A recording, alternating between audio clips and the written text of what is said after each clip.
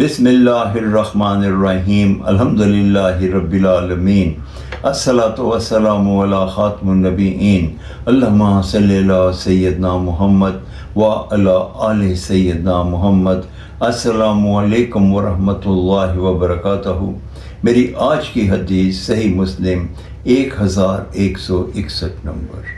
رسول اللہ صلی اللہ علیہ وآلہ وسلم نے ارشاد فرمایا کہ یوم عرفہ یعنی کہ 9 ذی الحجہ کا روزہ گزشتہ سال اور آنے والے سال کے گناہوں کی معافی کا باعث بن جاتا ہے۔